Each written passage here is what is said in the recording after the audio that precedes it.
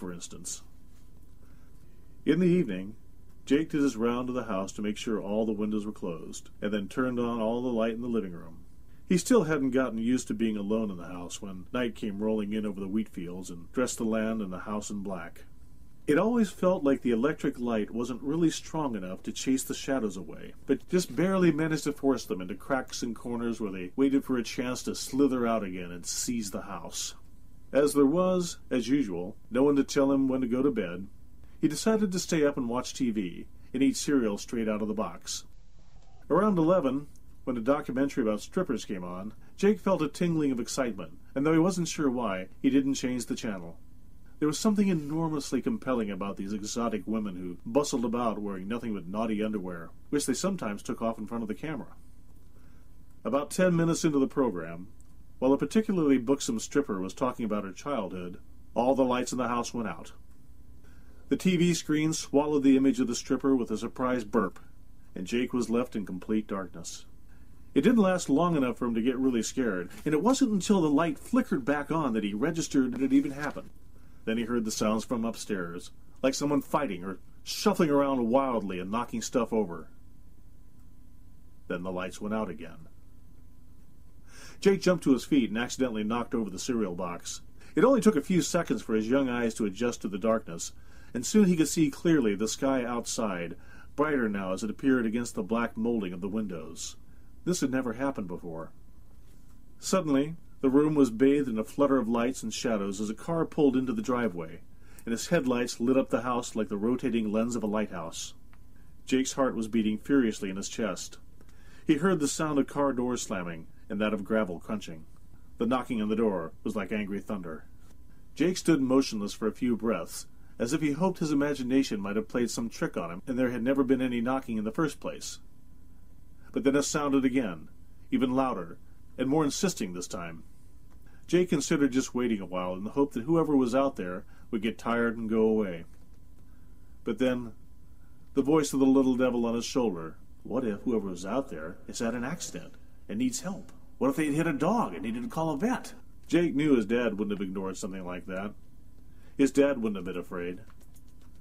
So Jake took a deep breath and walked out into the hall to answer the door. Almost as if the darkness had been testing him, the light came back on as he entered the hall. There was a chain on the door, so Jake only opened it slightly.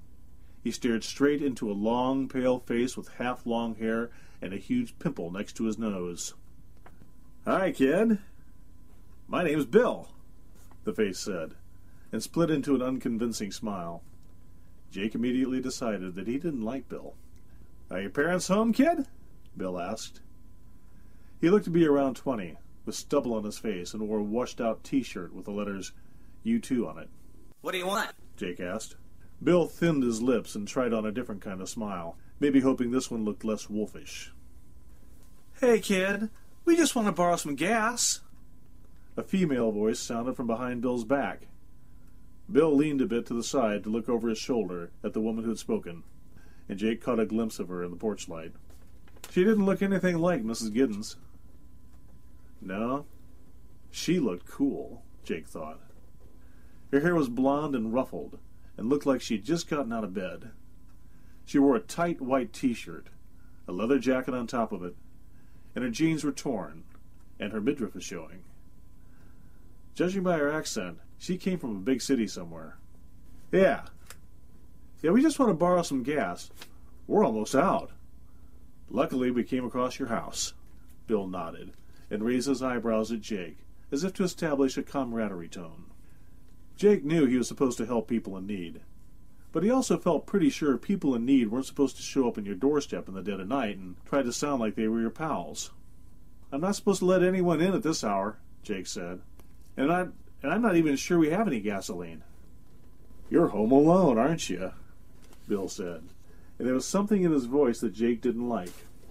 Something that reminded him of the bullies at school. Maybe this is what bullies looked like when they got older. The noise from the crickets that had taken the scene after the grasshoppers was like a wall around their silence. Bill shifted uneasily. "All right, look, kid, even if you don't have any gasoline, we'd really like to just come in and grab a bite to eat. We haven't eaten since yesterday. My lady friend there is starving." He pointed a thumb at the woman. You won't say no to a lady, will you? Jake said that he was afraid he was going to have to. Look, Bill said matter-of-factly, I've got a gun. Can I see it? Jake said. What? I said, can I see it? The gun. Behind Bill, the woman giggled. Bill spun around. Shut up, Claire! You're not exactly helping. He snapped at her. She just shrugged in reply and looked out over the fields. Just show him the gun then, she said. Whatever. Jesus, I just want to eat something. Soon. Bill stood still for a moment, as if he was trying to think of something to say. Then his posture changed, and with a sudden fury he lunged at the door. The wooden frame was old and tenderized, and the chain was torn clean out. The door flung wide open, and Jake fell down on his ass with a little grunt. Bill staggered into the hall, looking frantically from side to side. Claire followed him, a lot more elegantly. As they walked past Jake, neither of them offered to help him up. But Claire shot a glance at him and shrugged as if to say, Oh well, what can you do?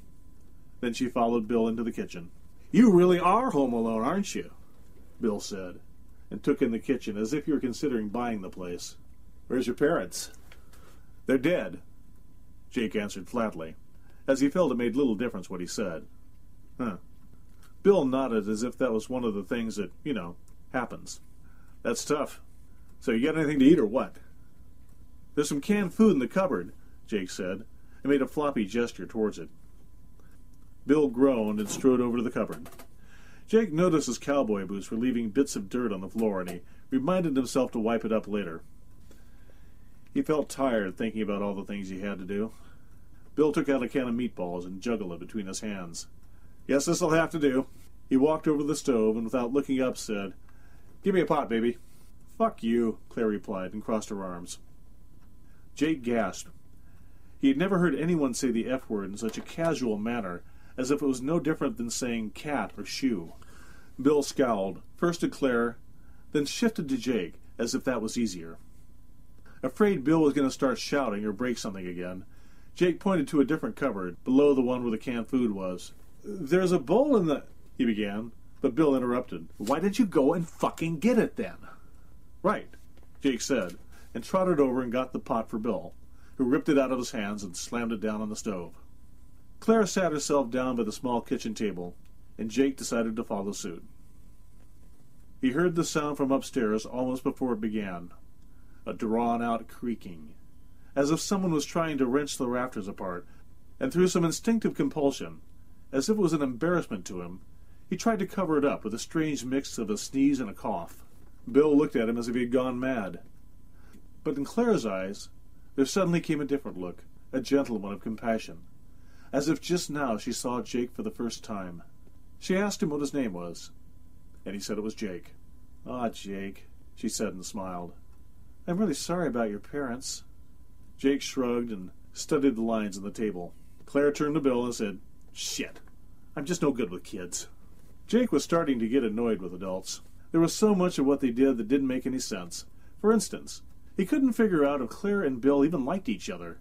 And if they didn't, why were they traveling together? When they finished eating, Claire fished out a cigarette, and Bill looked at her and said, You think they're going to pay up?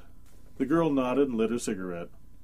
I'm their little princess, she said, and shook her shoulders coyly. Bill smiled. It seemed like the meal had made the both of them relax, and for a moment, Jake completely forgot about the gun and the broken door, and almost felt like he was part of a family again. Hey, toss me a cigarette, baby, Bill said, and she did. He lit up and leaned back in his chair, blowing smoke at the ceiling. Then we just got to get across the border, and we're free. Apparently Bill felt so enlivened by the meal and the cigarette that he even ruffled Jake's hair and said, You're not so bad, kid. I like you. You, wouldn't happen to have any beer around, would you? Jake didn't get a chance to answer before it happened. There came a sound from upstairs, a sound much like when you pulled the plug out of a sink that was full of water, and the drain swallowed it up with a slimy, hollow sound. Harloop! For a moment, it seemed like the kitchen became warped, twisting as if Jake, Claire, and Bill had suddenly become the inhabitants of an expressionist painting. Just as quickly as it had started, the house seemed to wrench itself back to normal again. A bit of plaster fell down on the table in front of them. Then they heard the scream. Jake's stomach rolled over and dropped down into his feet. It was his father's voice, but almost unrecognizably distorted. Claire covered her mouth with her hands and opened her eyes wide. Bill scrambled to his feet, fumbling for his gun. He looked like he was trying to decide on the appropriate expression, going from confusion to an expression of fright so heart-wrenching that for a second Jake almost felt sorry for him, before settling on the one he was most familiar with. Anger. "What the fuck was that?" he shouted. "Who's upstairs?" He turned to Jake as if he was somehow to blame. No one," Jake said, panicky, and looked from Bill to Claire and back again. "You little liar," Bill said, and started into the living room. He shouted back to Claire, "Keep an eye on that brat, Claire. I'm going to go see what's going on." Claire stood up. "No, Bill. Let's just get out of here," she said, but not loud enough for Bill to hear it. Maybe she, too, felt the strangeness in the air, which Jake recognized from the time he had been upstairs. The air in the kitchen seemed sick with it now. Jake felt it was his obligation to keep Bill from going upstairs, so he ran after him. Claire followed after Jake, and all three of them ran through the house in what must have looked like some peculiar game of follow the leader. Then the shaking started. They had had earthquakes before, but this was different. Only the house seemed to be affected, as if it was experiencing some kind of architectural seizure. Behind them, in the kitchen, jars with marmalade and pickles danced and clinked against each other, and Jake heard something fall to the floor and shatter. Bill found the utility room, in which a staircase led upstairs to Jake's dad's study. Blue light was glowing from under the door at the top of the stairs, and the air seemed pregnant with alien sensations and impressions that prickled his skin like invisible gnats. For a moment he paused, one foot on the first step of the staircase, the other still relatively safe on the floor. He tried to swallow a sudden sensation of dread that had seized him, and hesitated long enough for Jake to catch up with him. "Please don't," Jake said, and grabbed Bill's sleeve. Bill shook him off without even looking. And then, just then, it became too much for Jake. Maybe it was because the situation was so bizarre. Maybe he went momentarily insane, or maybe he was just finally fed up. Because suddenly his face turned red as if he was about to explode, and he stamped angrily on the floor. "Enough!" Jake barked. None of this was fair. It wasn't fair that he had to do all the work around the house, and on top of that, now he had to deal with this obnoxious Bill character, who was just like the kids in school who made fun of his haircut in his comic books. Jake missed his mom, and he missed his dad, and he hated the house, and he hated the goddamn endless fucking wheat fields outside. He said the F word, out loud, for the first time, and it felt wonderfully liberating, as if, with those 4 letters, he had severed some chain that had held him. "Fuck!" he said again, as if to make sure it was really out there. "Just go up there if you want to be so bad." Bill looked at him, then shook his head, and took his first step up the stairs. "Who's up there?" he shouted as he ascended the stairs, his voice almost disappearing among the squeaking and crunching of the house. "You better not try anything funny. I've got a gun." Claire had stopped behind Jake and cupped her hands around his shoulders. Suddenly, it no longer seemed like such a bad idea, for once, to surrender and leave the stupid adults to their own devices. The house seemed to be writhing in agony, as if trying to withstand the dimensional sickness that came and went in waves and threatened to tear it apart. And Bill almost lost his balance and had to grab a hold of the railing to steady himself. Then he reached the top of the stairs and kicked open the door. Instinctively, Claire grabbed Jake's head and pressed him against her. It was strange that just then, Jake actually felt safer than he had in a long time.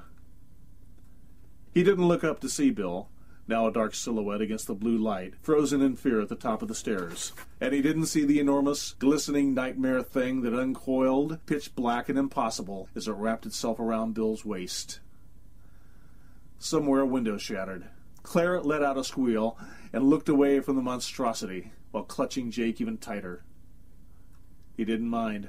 Then the long, blind nightmare thing jerked Bill into the study as if he had been a boneless rag doll, as expeditiously as someone snatching a falling coin in mid-air. The door slammed shut, seemingly on its own, and Bill screamed. Clara lifted